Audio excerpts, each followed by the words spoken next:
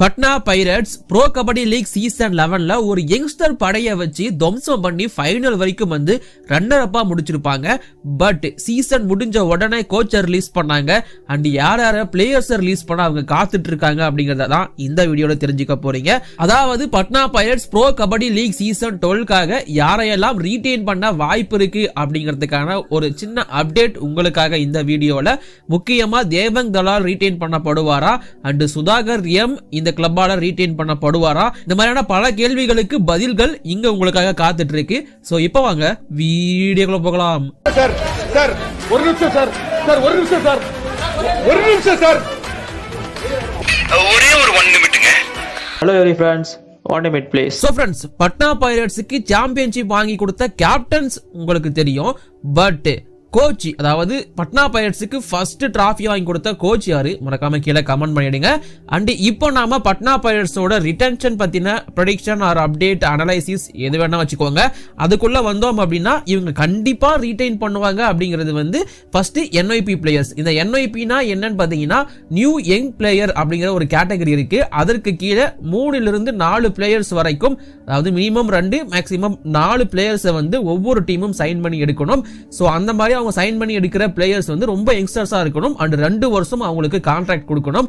So அந்த வகையில PKL season 11ல NYP sign பண்ணி எடுக்கப்பட்ட 4 பிளேயர்ஸ் அப்படியே ரீடைன் ஆக போறாங்க. சோ ஒன்னு வந்து பாத்தீங்கன்னா தீபக் அப்படிங்கிற ஒரு பிளேயர், அண்ட் தென் அது இல்லாம சாஹில் பட்டேல் அப்படிங்கிற இன்னொரு பிளேயர், அண்ட் கூடவே அயன் இந்த சீசன் வந்து கலக்கி இருந்தார் இல்லையா ஒரு தளபதியா, சோ அந்த அயனுமே ஒரு NYP உள்ள வந்த பிளேயர் தான். அண்ட் ரைட் கார்னர்ல அப்பப்போ வந்து பிளே பண்ண நவ்தீப் அவருமே ஒரு NYP பிளேயர் தான். இந்த 4 பேரும் ப்ரோ கபடி லீக் சீசன் 12க்காக அப்படியே ரீடைன் பண்ணப்படுவாங்க அப்படிங்கிறது சொல்லிக்க விரும்புறேன். அண்ட் இது இல்லாம வேற யாரையெல்லாம் இவங்க ரீடைன் பண்ண வாய்ப்பு இருக்கு அப்படின்னு பார்க்கும்போது, சோ என்னோட ஃபர்ஸ்ட் சாய்ஸ் ரிட்டென்ஷன் இந்த டீமுக்கு யாரா இருக்கும் அப்படின்னு பாத்தீங்கன்னா ரைட் கவர் பிளேயரான தீபக். எஸ், தீபக்கை கண்டிப்பா ரீடைன் பண்ணலாம். ஒரு தரமான பிளேயர் அண்ட் ஓவராலா இந்த சீசனுமே வேற லெவல் பர்ஃபார்மன்ஸ் டீமுக்காக கொடுத்திருக்காரு அப்படிங்கும்போது, சோ இந்த தீபக்குமே ஒரு பக்காவான சாய்ஸ் ஃபார் ரிட்டென்ஷன் என்ன பொறுத்த வரைக்கும். சோ தீபக் தான் என்ன பொறுத்த வரைக்கும் ஃபர்ஸ்ட் பிரெஃபரன்ஸ் ஃபார் ரிட்டென்ஷன் அப்படின்னு நான் தாராளமாவே சொல்லுவேன். அண்ட் இவங்களோட தாட்லயுமே தீபக் இருப்பாருன்னு தான் எதிர்பார்க்கிறேன். பிகாஸ் தீபக் இந்த சீசன் டீமுக்கு கொடுத்த பர்ஃபார்மன்ஸ் அஸ் எ பிளேயரா வந்து சூப்பராவே இருந்திருக்கு. சோ அதனால தீபக் வந்து என்ன பொறுத்த வரைக்கும் பெஸ்ட் சாய்ஸ் ஃபார் ரிட்டென்ஷன். நான் இங்க வந்து அடுத்ததா சொல்ல போற பிளேயர் மேபி இவர் தான் ஃபர்ஸ்ட் ரிட்டென்ஷனா கூட இருப்பாரு, நம்மளோட Ankit Jaglan, left corner player. And அது மட்டும் இல்லாம ஒரு கேப்டனாவும் இந்த டீமுக்கு சர்வ் பண்ணிருக்காரு. பட் இப்போ மேனேஜ்மெண்ட்ல சம் இஷ்யூஸ் போயிட்டு இருக்க ரீசன் அண்ட் கோச் வெளியே போயிருப்பாரு. இந்த மாதிரியான சில விஷயங்கள்லாம் இங்க போயிட்டு இருக்கு பட்னா பைரட்ஸ் மேனேஜ்மெண்ட்டை பொறுத்த வரைக்கும். எனக்கு தெரிஞ்சு அன்கீட் ஜக்லான ரீடைன் பண்ணதான் பட்னா பைரட்ஸ் விரும்புவாங்க. பட் அன்கீத் ஆசைப்பட்டாரு அப்படின்னா அவர் ஆக்ஷனுக்குள்ள என்ட்ரி ஆகலாம்ங்கிறது ஒப்பீனியன். பட் பட்னா பைரட்ஸ் கண்டிப்பா இந்த அன்கீத் ஜக்லான ரீடைன் பண்ணுவாங்கன்னு எக்ஸ்பெக்ட் பண்றேன். சோ அன்கீத் ஜக்லான் தான் ஃபர்ஸ்ட் சாய்ஸ் ஃபார் ரிட்டென்ஷன். இது இல்லாம லெஃப்ட் கவர்ல ப்ளே பண்ண குர்தீப் வந்து இதுக்கு முன்னாடி யூபி யோதாஸ்ல ப்ளே பண்ணும்போதும் இதையே பண்ணிருக்காரு. அண்ட் பட்னா பைரட்ஸுக்கும் இந்த சீசன் குர்தீப் அதையே சூப்பரா பண்ணியிருந்தாரு அப்படிங்கும்போது, சோ என்ன பொறுத்த வரைக்கும் இன்னொரு சாய்ஸ் ஃபார் ரிட்டென்ஷன் வந்து கண்டிப்பா அது குர்தீப்பா தான் இருக்கும். குர்தீப்பை கண்டிப்பா ரீடைன் பண்ணணுமா அப்படின்னு கேட்டீங்கன்னா கண்டிப்பா பண்ணணும். ஏன்னா இந்த டீம்ல எந்த அளவுக்கு ரைடிங் யூனிட் பெர்ஃபார்மன்ஸ் பண்ணாங்களோ அதே அளவுக்கு டிஃபென்ஸ் யூனிட்டும் பண்ணாங்க அப்படின்னா அதற்கு குர்தீப் ரொம்ப முக்கியமான ரீசன். அண்ட் முக்கியமா நாக் அவுட் ஸ்டேஜ்ல பிளே ஆஃப்ல வந்து நல்ல பெர்ஃபார்மன்ஸ் கொடுத்து குர்தீப் கொடுத்த அந்த ஒரு இம்பாக்ட் அப்படிங்கிறது பட்னா ஜெயிக்கிறதுக்கு ஹெல்ப் பண்ணிருக்கு அப்படிங்கும்போது, சோ இங்க குர்தீப் அப்படிங்கிற ஒரு பிளேயருமே ஆபியஸ் சாய்ஸா இருக்காரு ஃபார் ரிட்டென்ஷன். இது இல்லாம லாஸ்ட் சீசன் அப்படியே ரீடைன் பண்ணி வச்ச சந்தீப் அப்படிங்கிற ஒரு ரைடர், சந்தீப் குமார், சோ அவரையும் திரும்பவும் ரீடைன் பண்ண வாய்ப்பு இருக்கு அப்படின்னு தான் எனக்கு தோணுது.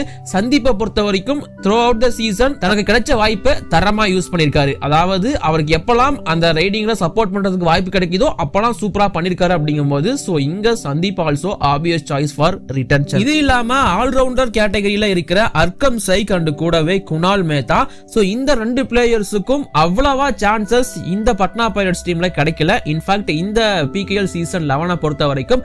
பட் 2 பேருமே நான் கேள்விப்பட்ட வரைக்கும் கேம்ப்லயும் சரி பிராக்டிஸ் அப்பவும் சரி பெரிய இம்பாக்டை ஏற்படுத்தியிருக்காங்க. மெயின் ஸ்டார்டிங் 7க்கு எதிராக இவங்க 2 பேரும் சூப்பரான பர்ஃபார்மன்ஸ் கொடுத்திருக்காங்க. அப்படிங்கும்போது ஸோ இவங்களுமே செம்மையான ஒரு சாய்ஸ் தான். பட் இவங்களால ஸ்டார்டிங் 7ல தான் இடம் பிடிக்க முடியல, பிகாஸ் ஆல்ரெடி அது செட்டில்டு அப்படிங்கிறதுனால. ஸோ இந்த 2 ஆல்ரவுண்டர்ஸையும் அவங்க அப்படியே ரீடைன் பண்ணுவாங்கன்னு தான் எக்ஸ்பெக்ட் பண்றேன். லெட்ஸ் see பார்ப்போம். இது இல்லாம ஜான் குன்லி, ஸோ அவரையும் திரும்பவும் ரீடைன் பண்ணுவாங்கன்னு தான் எனக்கு தோணுது. ஜான் குன்லி அப்படிங்கிற அந்த பேருக்காகவே அவரை ரீடைன் பண்ணுவாங்க. இந்த சீசன் பெருசா அவருக்கு ரைடிங்கோ இல்ல எந்த ஒரு சான்சஸுமே கொடுக்கல, பிகாஸ் நான் முன்னாடியே சொன்ன மாதிரி அங்க ஸ்டார்டிங் 7 அண்ட் அவங்களோட யூனிட் அப்படிங்கிறது செட் ஆயிருச்சு. அதனால புதுசா எந்த ஒரு பிளேயருக்கும் வாய்ப்பு கொடுக்கணுங்கிற அவசியம் அவங்களுக்கு ஏற்படல. பட் ஜான் குன்லி அப்படிங்கிற அந்த நேம் அவங்களோட பிராண்டுக்கு பெரிய ஹெல்ப்ஃபுல்லா இருக்கும். And Jang Kun Lee one of the best player also. So அதனால ஜான் குன்லியுமே அப்படியே ரீடைன் பண்ணுவாங்கன்னு தான் நான் எக்ஸ்பெக்ட் பண்றேன். Let's see. அண்ட் இது இல்லாம தியாகராஜன் யுவராஜ், தமிழகத்தை சேர்ந்த வீரர். தியாகராஜன் யுவராஜை பொறுத்த வரைக்கும் NYP சைன் பண்ணி அதுக்கப்புறமா அப்படியே ரீடைன் பண்ணாங்க. அண்ட் இப்போ அந்த டீமுக்கு அவர் சர்வ் பண்ணிட்டு இருக்கிறது சூப்பராகவே இருந்திருக்கு.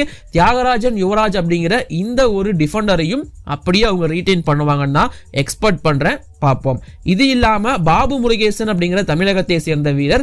பாபு முருகேசன் வந்து ஒரு ரீப்ளேஸ்மெண்ட் பிளேயரா உள்ள வந்தாரு சீசன் 10ல. பட் வந்து சூப்பரான பர்ஃபார்மன்ஸ் கொடுத்தாரு. முக்கியமா பர்தீப் நர்வால் மாதிரியான பிளேயரை ஒரே மேட்ச்ல 4-5 வாட்டி பிடிச்சு போட்டதுக்கு அப்புறமா அவரோட பேர் வேற லெவல்ல போய் நின்னுது. அண்ட் இந்த பாபு முருகேசனை வந்து அவங்க இப்போ பேக்கப்பா தள்ளிட்டாங்க, பிகாஸ் அந்த இடத்துல பிளே பண்றதுக்கு வேற சில யங்ஸ்டர்ஸ் வந்ததுனால.